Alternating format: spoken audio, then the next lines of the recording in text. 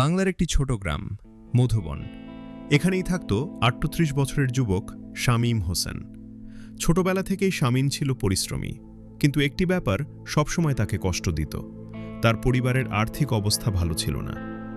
বাবা একজন ক্ষুদ্র ব্যবসায়ী ছিলেন, কিন্তু লোকসান আর ধার দেনা মেটাতে গিয়ে দোকানটাও বন্ধ হয়ে যায়। শামীম চাকরি খুঁজতে খুঁজতে ক্লান্ত হয়ে পড়েছিল। যে কাজই পেয়েছে ২-৩ মাসের বেশি টিকতে পারেনি, কারণ সে বুঝতে পেরেছিল নিজের কাজ নিজের মতো করে না করলে মন পূরণ হয় না। একদিন সন্ধ্যায় শামীম নদীর পাড়ে বসেছিল। হালকা বাতাস, লাল সূর্য ডোবা। মনে মনে ভাবছে, আমি কি সারা জীবন চাকরি খুঁজেই কাটিয়ে দেব? আমি কি কিছু নিজের না করতে পারি? ঠিক তখনই পাশে বসা গ্রামের চা বিক্রেতা কাকা বললেন, বাবা শামীম, ব্যবসা শুরু করবি? সাহস থাকলে অসম্ভব কিছু নয়। মানুষ ব্যর্থ হয় না, মানুষ থেমে যায় বলে ব্যর্থ হয়। এই কথাটি শামীমের মনে আগুন ধরিয়ে দিল। রাতে ঘুম এলো না। মাথার মধ্যে বারবার ঘুরতে লাগলো, আমি কি ব্যবসা করতে পারি? কারণ তার কাছে ছিল মাত্র ১২,৫০০ টাকা সঞ্চয়, কিন্তু স্বপ্ন ছিল কোটি টাকার। পরদিন সকালে সে সিদ্ধান্ত নিল, আমি অনলাইনে দেশের পণ্য বিদেশে পাঠাবো, এক্সপোর্ট বিজনেস করব, ছোট থেকে শুরু করব। কিন্তু সমস্যা হলো, লোকেরা হাসতে লাগলো। বন্ধুরা বলল, তুই ব্যবসা? টাকা আছে, অভিজ্ঞতা আছে। কিন্তু শামীম জানত, মানুষ যা হাসে তা একদিন প্রশংসায় বদলে যায়, যদি তুমি থেমে না যাও। শামীম ইউটিউব, গুগল দেখে দেখে শিখতে লাগলো, কিভাবে রপ্তানি শুরু করতে হয়, কিভাবে গ্রাহক খুঁজতে হয়, কিভাবে প্যাকেজিং করতে হয়, সব। গ্রাম থেকে বেছে নেওয়া কিছু পণ্য ছিল, মধু গুড়, শুকনা মরিচ, হাতে বানানো নকশিকাঁথা। সে মাত্র ৫টি পণ্য ছবি তুলে অনলাইনে পোস্ট করল। প্রথম সপ্তাহ পার হয়ে গেল, কোনো অর্ডার নেই। দ্বিতীয় সপ্তাহেও নেই।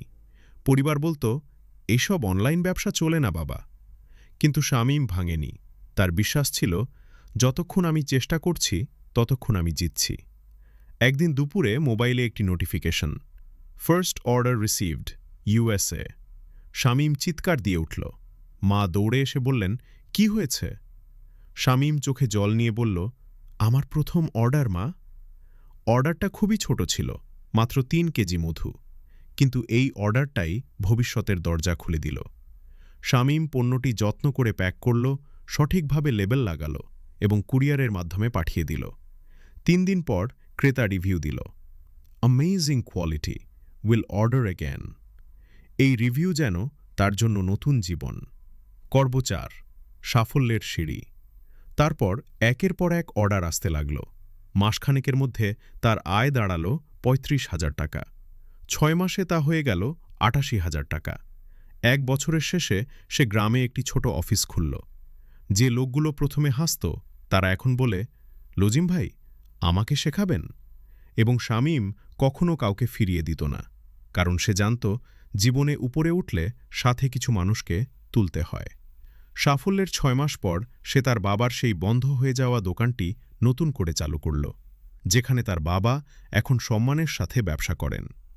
গল্পের শেষে শামীম বলে, সফল হতে টাকা লাগে না, অভিজ্ঞতা লাগে, না লাগে একটা পাগল স্বপ্ন, আর হাল না ছাড়ার সাহস। লোকজন হাসবে, এটাই স্বাভাবিক, কিন্তু মনে রাখবে, যে হাসে সে পিছনে থাকে, আর যে চেষ্টা করে সে সামনে যায়।